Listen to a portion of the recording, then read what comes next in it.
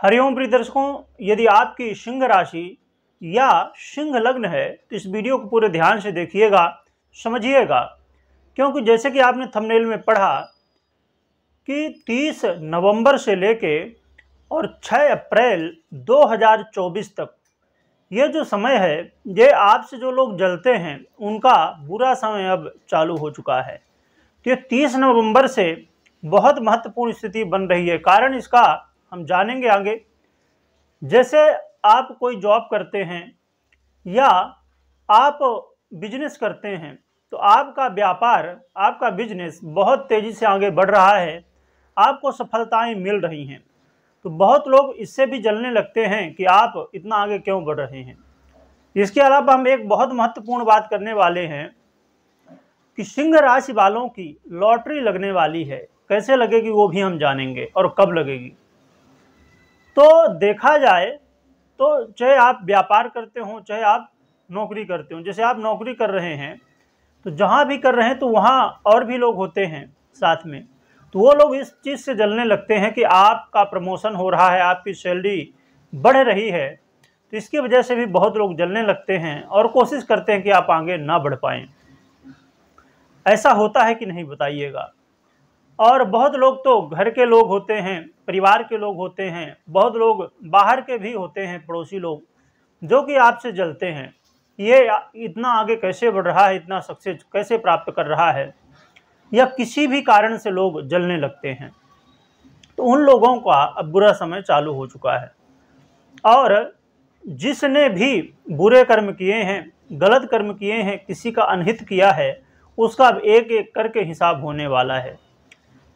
क्योंकि आपने सुना कि शनि देव अब अपना नक्षत्र परिवर्तन करने जा रहे हैं। शनि देव अब 28 नवंबर को ही नक्षत्र परिवर्तन कर लेंगे और ये 6 अप्रैल 2024 तक राहु के नक्षत्र शतभिखा नक्षत्र में गोचर करेंगे। इससे लोगों के जीवन में बहुत बड़े चेंज होने वाले हैं। और इसके अलावा हमने जो बात की लॉटरी की, तो लॉटरी क्या है? लॉटरी अर्थात आपको बहुत कम समय में, और देखा जाए तो अचानक, लॉटरी क्या है? अचानक धन प्राप्त होना। इसी तरह आपको अचानक प्रॉफिट होने की स्थिति बनने वाली। वो कैसे बनेगी? क्योंकि शनिदेव राहु के नक्षत्र में गोचर करने वाले हैं और राहु इस समय आपके अष्टम भाव में गोचर कर रहे हैं। और ये अष्टम भाव अकस्मात स्थितियों के लिए जाना जाता है, अकस्मात कुछ हो जाए, और राहु भी यही है। तो जब ये स्थिति बन रही है तो राहु क्या करने वाले हैं? खर्च कराने वाले हैं। आपके पास जो भी पैसा उसे खर्च तो कराएंगे ही, चाहे अब वो रोग में खर्च करा दें, चाहे बेफजूल के खर्च कुछ ना कुछ करवाएंगे। तो ज़्यादा बेहतर ये है कि राहु कहीं हमारे रोग बाधाओं में बीमारियां दें और कहीं बेवजह खर्च करवाएं। उससे बेहतर ये है कि आप कहीं अच्छी जगह इन्वेस्ट कर दीजिए। यदि आप अच्छी जगह कहीं इन्वेस्ट कर देते हैं तो राहु का काम है बढ़ाना। अब चाहे रोग हो, चाहे बेवजह के खर्चे हों, और चाहे आप इन्वेस्टमेंट कर दिए तो उसको बढ़ाना हो। यदि आप कहीं सही जगह इन्वेस्ट करते हैं तो राहु आपके धन को, इतना प्रॉफिट को बढ़ा देगा कि आपने सोचा भी नहीं होगा क्या इतना प्रॉफिट भी आपको मिल सकता है, इतना लाभ भी आपको मिल सकता है। परंतु ये डिपेंड करेगा कि आप इन्वेस्ट करेंगे तो प्रॉफिट होगा या नुकसान। ये डिपेंड करेगा कि आपकी जन्म कुंडली में राहु की क्या स्थिति है, शनि की क्या स्थिति है, धन भाव और आय भाव या आयस और धनेश की क्या स्थिति है, भाग्य भाव की क्या स्थिति है। इन भावों में या इनसे संबंधित जो ग्रह हैं उनके ऊपर किस ग्रह, अन्य ग्रहों की दृष्टि है, या इन भावों से या इन ग्रहों से किसका किसका कैसा कैसा संबंध है। अब मान लीजिए यदि ये ग्रह, ये जो चारों भाव हैं, इनके ग्रह आपके लिए पॉजिटिव हैं, आपके लिए बेहतर परिणाम देने वाले हैं, तो आपको प्रॉफिट होने वाला है। परंतु ये कहीं ना कहीं पीड़ित हैं, और शनि देव हो गए, जैसे राहु हो गए, ये आपके लिए कारक नहीं है, अच्छे नहीं हैं, तो फिर ये आपको इन्वेस्टमेंट यदि आप करते हैं तो वहाँ नुकसान कराएंगे। उसके अलावा रोग बाधाएं और भी समस्याएं देंगे।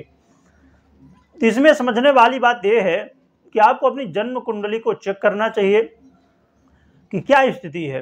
और दिए हुए नंबर पे आप व्हाट्सएप कर सकते हैं और समझ सकते हैं, जान सकते हैं कि कैसे आपकी ग्रह स्थितियां हैं, तो आपको इन्वेस्टमेंट करना चाहिए या नहीं करना चाहिए, आपको प्रॉफिट होगा या नुकसान होगा। और आपको कॉल नहीं करना, व्हाट्सएप में मैसेज करना है। और एक हम महत्वपूर्ण बात कर लेते हैं उपाय की। तो भगवान नारायण और माता लक्ष्मी की आराधना करनी है। भगवान विष्णु को तुलसी अर्चन करना, विष्णु सहस्त्र नाम का पाठ करना और माँ लक्ष्मी के श्री सूक्तम का पाठ करना और माता लक्ष्मी के जो भी मंत्र हों उसका जप करना, आपको जो आता हो। या तो ओम श्री महालक्ष्मी नमः, ये भी माता लक्ष्मी का मंत्र है, इसका भी जप कर सकते हैं, या अन्य मंत्र का। तो ये करने से आपको माता की कृपा प्राप्त होगी, भगवान नारायण की कृपा प्राप्त होगी। साथ में यदि आपके लिए संभव हो तो श्री सूक्तम का हवन भी कर सकते हैं घी से, जिससे, और साथ में कमल काकड़ी डाल लें घी में और हवन करें, इससे भी माता की कृपा प्राप्त होने वाली है। तो ये उपाय करें और अपनी जन्म कुंडली की स्थितियों को देखें। बिना जाने समझे आपको इन्वेस्टमेंट नहीं करना है, खाली मेरे कहने से या किसी के कहने से इन्वेस्टमेंट नहीं करना है। आपको खुद देखना है, समझना है कि हाँ इसमें प्रॉफिट होने वाला है कि नहीं होने वाला है, और आपका क्या बजट है, क्या स्थिति है, और जन्म कुंडली महादशा आदि की क्या स्थिति है, उसके बाद ही आपको निर्णय खुद लेना चाहिए। किसी को ऐसा नहीं कि किसी ने कह दिया तो बस हम उसी के हिसाब से निर्णय ले लेंगे, क्योंकि इन्वेस्टमेंट करना एक बहुत बड़ा निर्णय होता है। तो इस बात का ध्यान रखें और कमेंट में जय माँ लक्ष्मी लिखना है और आपको बोलना भी है। एक बार लिख रहे हैं तो 10, 20 बार, 50 बार बोलिए, जिससे माता का स्मरण हो, उनकी कृपा आपको प्राप्त हो। और ज़्यादा से ज़्यादा लोगों तक शेयर करें, जिससे और भी लोगों को प्रॉफिट हो सके। वीडियो देखने के लिए बहुत बहुत धन्यवाद।